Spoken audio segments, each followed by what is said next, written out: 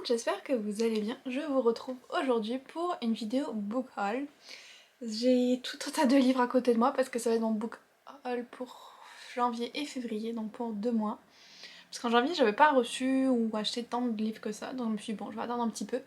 Puis en février, ça a un petit peu explosé, surtout au niveau des romans graphiques, donc au final, j'ai beaucoup de choses à vous montrer, donc accrochez-vous. Ça risque d'être un petit peu lent, mais il y a plein de belles lectures dans ce que j'ai acheté et reçu les derniers mois.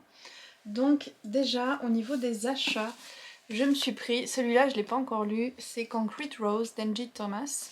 En plus il est signé, ça c'est quand même vraiment cool. Je vais vous montrer ça. Donc voilà, ça fait toujours un petit bonus qui fait plaisir. C'est un espèce de sequel à The Hate You Give, parce que là on va suivre le père de Star, qui était le personnage principal de The Hate You Give, et donc là c'est Maverick, qu'on va suivre quand lui il était un adolescent, jeune adulte. Donc voilà, son histoire à lui. J'ai très hâte de lire, mais je sais pas comment ça se fait, je ne l'ai pas encore lu. Voilà, mais ça va venir. Ensuite, un autre achat que j'ai fait plus récemment, c'est Lore d'Alexandra Bracken, qui a aussi écrit The Darkest Minds, que j'ai commencé à lire, mais j'ai toujours pas fini la série. Donc là, on est vraiment dans de la mythologie grecque à 100% avec des familles en fait issues des héros de l'Antiquité grecque qui, tous les 7 ans, font une espèce de chasse mortelle pour tuer des dieux qui ont été maudits et qui deviennent mortels pendant 7 jours. Et s'ils tuent un dieu, ils s'approprient le pouvoir de ce dieu. Donc voilà, c'est tout l'enjeu. Donc un mélange de Percy Jackson et des Hunger Games en quelque sorte. Je l'ai lu et je l'ai fini, je pense, le 28 février. J'ai vraiment pas mal aimé, un petit peu trop young adult pour moi des fois, en même temps. Ça revient dans ce que je dis, mais je lis du young adult, donc je devrais pas être surprise. Mais j'ai beaucoup aimé l'univers et puis ce côté vraiment plus obscur qu'on explore au niveau de tout ce qui est mythologie grecque, c'était vraiment intéressant. Donc une bonne lecture si vous lisez en VO, je vous le recommande. Et puis la couverture est juste trop belle. Voilà. Est-ce que j'ai fait d'autres achats? Ah oui, il y en a deux autres. Bon, il y a Mediocre, The Dangerous Legacy of White Male America de Ijeoma Oluo, qui a écrit aussi So You Want to Talk About Race. Donc celui-là, c'est pas de la fiction, c'est plus l'autrice qui explore à travers l'histoire des États-Unis comment en fait, la société est vraiment faite et dirigée par les hommes blancs et tout ça, donc elle explore vraiment ça dans différentes sphères historiques, sportives, politiques et tout des États-Unis. Donc c'était une lecture qui a été très intéressante et qu'on a faite dans un book club que j'ai avec des amis. Et je me suis aussi pris celui-là qui était une de mes sorties les plus attendues de l'année, et c'est Fat Chance Charlie Vega. J'avais prévu de le lire dès que je l'aurai, dès qu'il sortira, puis je l'ai toujours pas lu. Et au final, je me dis la couverture fait quand même très printanière et j'aimerais beaucoup faire une photo justement avec des fleurs et qui rappelle un petit peu toutes ces belles couleurs plutôt que mes photos de neige. Donc je me suis dit que j'allais attendre le printemps, ce qui ici arrive pendant 2 semaines en juin, et pour le lire et puis pour le prendre en photo. C'est l'histoire de Charlie, donc qui est une jeune fille latinex et grosse et qui donc je pense qu'elle commence à avoir une relation avec un gars, mais elle se rend compte qu'il avait proposé à sa meilleure amie de sortir avec elle avant. Donc ça la fait un petit peu se questionner sur pourquoi est-ce que maintenant il veut sortir avec elle. En même temps, elle doit faire face à des difficultés à cause de son origine, à cause du fait qu'elle est grosse et tout ça. Donc le livre parle un petit peu de tout ça. Apparemment, c'est très drôle aussi. Il me faisait et il me fait toujours très envie. Donc je pense que c'est tout niveau achat. Le reste, c'est des réceptions. Je vais essayer de vous dire de qui ça vient, mais c'est possible que j'oublie. Donc, de Gallimard, j'ai reçu le 2e tome de Magic Charlie, Bienvenue à Saint-Fouettard. Ça, c'était une sortie que j'attendais vraiment beaucoup aussi parce que j'avais adoré le premier tome. J'aime beaucoup la façon d'écrire, enfin le style d'écriture plutôt d'Audrey Alouette. La couverture aussi est très belle. Et franchement, ça n'a pas été une déception. J'ai adoré ce 2e tome autant que le premier. Je pense qu'on explore vraiment un univers magique qui est très riche et qui a beaucoup de... qui a un aspect aussi très sombre et dangereux au final, caché sous toute la beauté, de la magie et tout. Il y a un aspect beaucoup plus dangereux et j'aime beaucoup cette dualité qu'on explore. Les personnages sont géniaux, je suis hyper fan de Charlie, des autres personnages aussi qu'on suit, donc ça a été une très belle lecture. Ensuite, de Flammarion, j'ai reçu le 4e tome de la Légende des 4. En vrai, je peux pas trop vous en dire sans vous spoiler, mais en gros, c'est sur Terre, mais dans un futur alternatif, on va dire, où il y a des métamorphes, donc qui se transforment en aigles, serpents, tigres et loups, qui ont dominé les êtres humains. Les êtres humains sont un peu réduits à pas grand chose, ils ont perdu beaucoup d'avancées technologiques et tout ça. Et donc on suit les héritiers de ces 4 clans qui essayent de prévenir une révolte des humains. Ce que j'aime beaucoup dans cette série, c'est le fait qu'on ne suit pas la perspective des humains, mais d'autres êtres. Et je trouve ça assez original. Ça, c'est le 4e et dernier tome. Je l'ai reçu il y a pas longtemps, je l'ai reçu je pense la dernière semaine de février.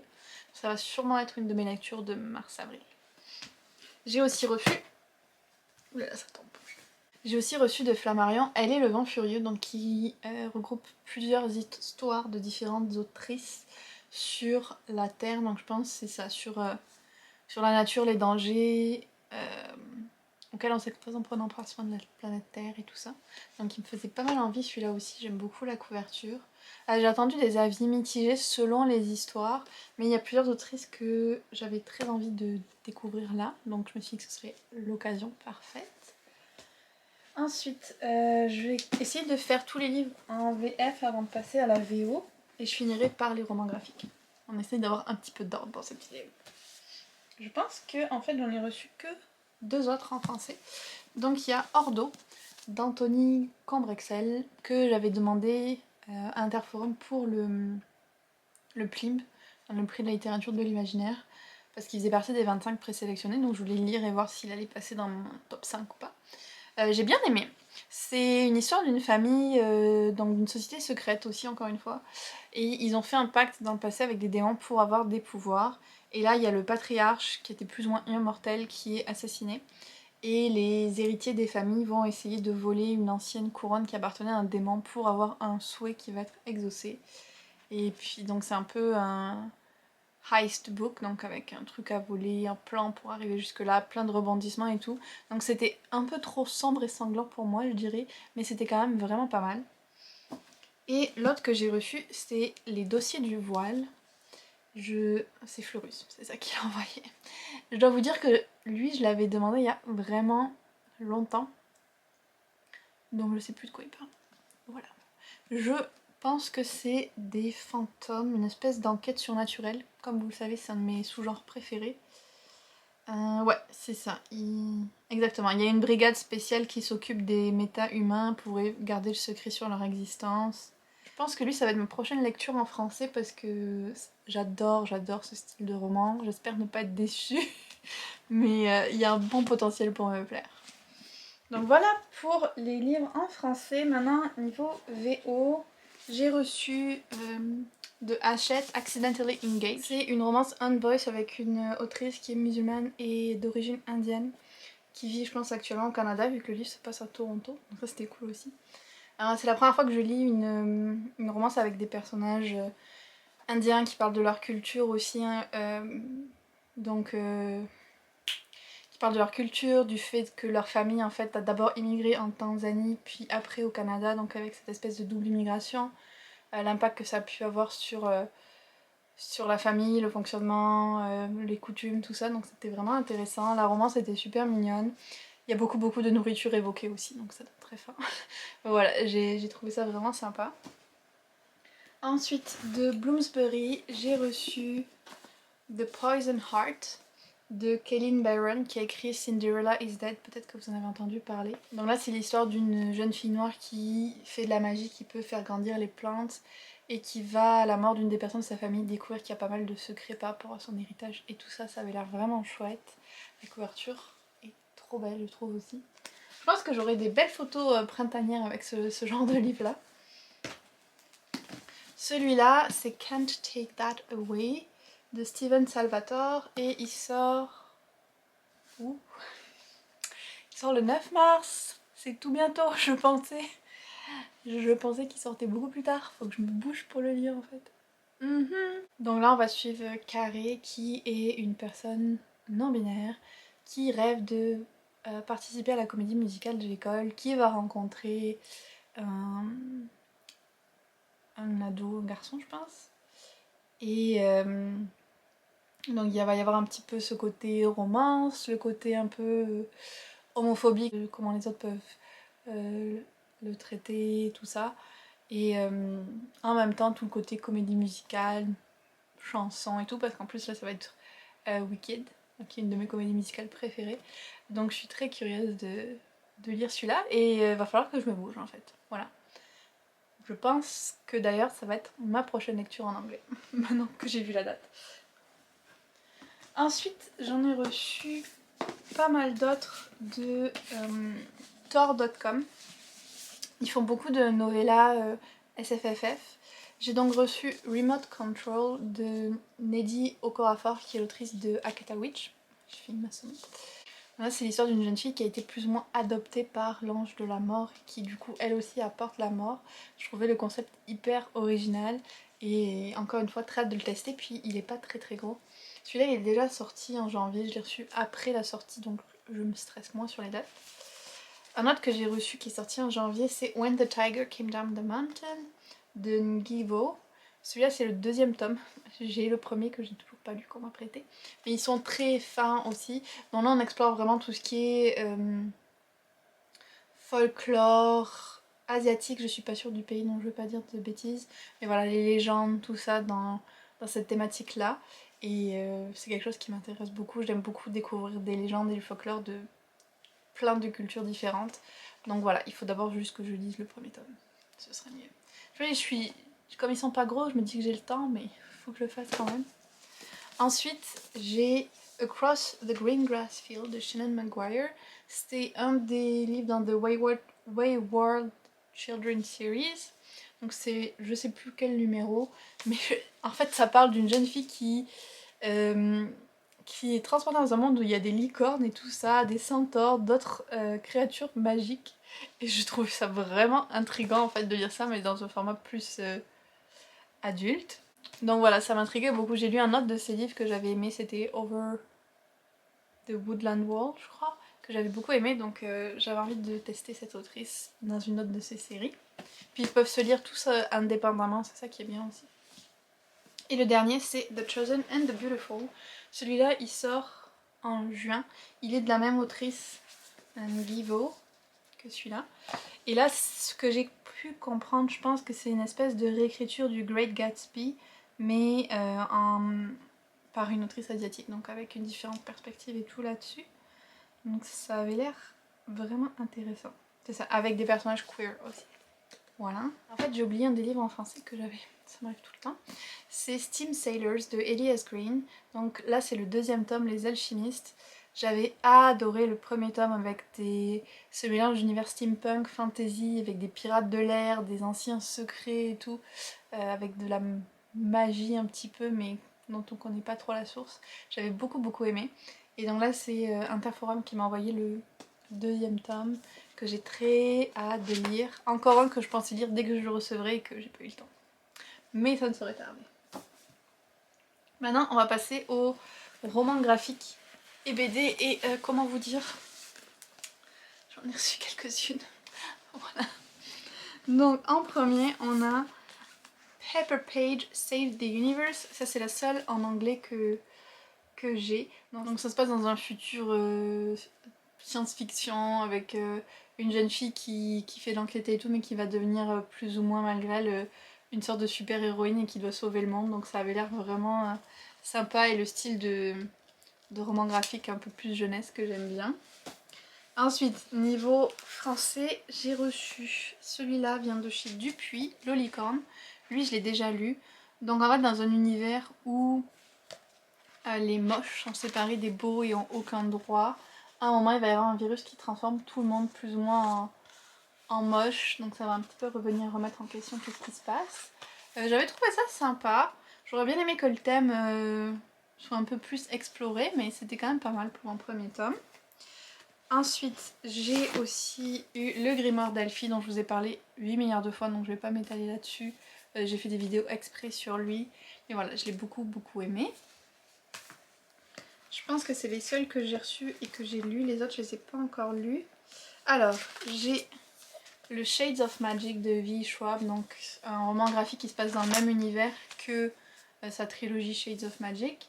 Mais je pense que c'est avec celui qui est le roi dans dans la trilogie Shades of Magic quand il était plus jeune. Ensuite j'en ai deux autres. Donc tout cela là dans graphique, c'est la boîte de diffusion qui me les a envoyés d'ailleurs. Donc ces deux là sont de Urban Comics, il y a Naomi et Wonder Twins, donc les deux sur des jeunes super-héros. Naomi en particulier j'étais intriguée parce que je vois que le personnage principal est noir et il n'y en a pas encore tellement, donc ça m'intéressait encore plus de le lire. Et celui-là me paraissait aussi sympa avec des jumeaux, ça change un petit peu de la dynamique normale. Très très hâte de les lire ces deux-là. J'ai ensuite Invisible Kingdoms. Je vous avouerai que je me souviens pas du tout de quoi il parle, à part que c'est complètement de la science-fiction et que il y a des découvertes sur un ordre religieux et tout qui sont faites et qui viennent remettre en question un petit peu l'organisation de l'univers. Et ce qui m'avait beaucoup intéressé en fait c'était la couverture. Et puis j'avais un petit peu, c'est ça, lu les premières pages, je trouvais vraiment que le dessin était très beau. Donc j'y vais un petit peu à l'aveugle celui-là et au feeling par rapport à la couverture.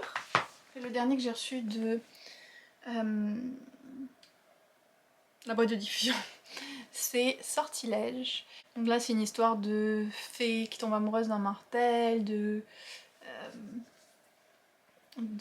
pouvoirs obscurs qui tentent de prendre le contrôle, tout ça. Donc j'étais intriguée par le côté fée, on va dire surtout.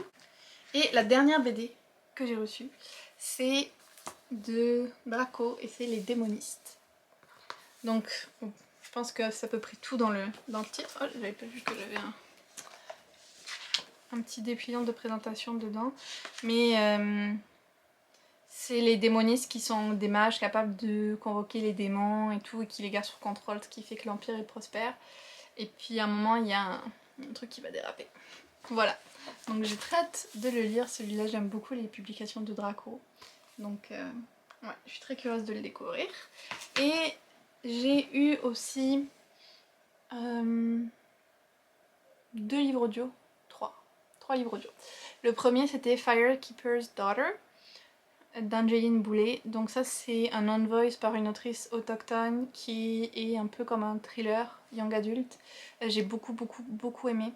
On suit le personnage principal, Donis, qui en fait est moitié blanche, moitié autochtone, donc il doit un peu dealer avec les deux côtés de sa famille, le fait qu'elle n'est pas forcément acceptée ni d'un côté ni de l'autre. Et puis elle va se retrouver à enquêter en fait sur un réseau de méthamphétamine qui s'est viré entre plusieurs communautés autochtones. Donc j'avais vraiment beaucoup aimé celui-là, je trouvais qu'il abordait plein de thèmes super intéressants, tout en gardant aussi d'autres aspects importants. Donc vraiment, coup de cœur pour celui-là. J'ai reçu Finlay Donovan's Is Killing It, qui était censé être un peu comme un contemporain humoristique avec une mère qui est autrice, qui doit gérer ses 2 enfants, la séparation avec son mari, et qui se retrouve par accident engagée comme tueuse à gages. Donc ça m'intriguait beaucoup, je trouvais ça drôle, et puis au final, j'ai pas tant aimé que ça. Voilà, je l'ai lu et je l'ai pas trouvé si drôle que ça. Les comportements du personnage principal, j'étais pas hyper en adéquation avec, donc je crois que j'ai mis 3 sur 5, parce qu'il y a quand même des aspects sympas, mais c'était pas vraiment génial. Et l'autre que je suis en train d'écouter en ce moment, c'est Winter's Orbit. Ça c'est totalement à cause de Bookstack que je l'ai demandé celui-là. C'est l'histoire en fait d'un membre de la royauté qui se retrouve à faire un mariage arrangé avec le conjoint de son cousin qui est décédé. On arrive à suivre. Donc en gros il y a un mariage arrangé entre les deux hommes et ça se passe dans un univers qui est complètement science-fiction, qui se passe sur différentes planètes avec des accords interplanètes qui sont en jeu par rapport au mariage et tout ça. Donc vraiment dans un décor très différent aussi. Je suis pas encore très loin dans le livre, mais pour l'instant j'aime bien. Je sens venir un certain truc depuis le début, donc j'ai hâte de voir si j'ai raison ou pas. Mais je peux vraiment pas en dire plus. Mais en tout cas, j'aime beaucoup. Voilà. On verra ce que ça donne pour la suite. Je vais essayer de le finir, je pense, cette semaine, en s'en débrasser. Voilà, ça y est, j'ai fini ce très long book haul. J'espère que ça vous a plu. J'espère que je vous ai pas perdu en route avec tous les livres. Dites-moi si vous avez acheté ou reçu certains livres durant les derniers mois, s'il y en a certains que je vous ai montrés qui vous intéresseraient. Et puis je vous retrouve très bientôt pour une autre vidéo.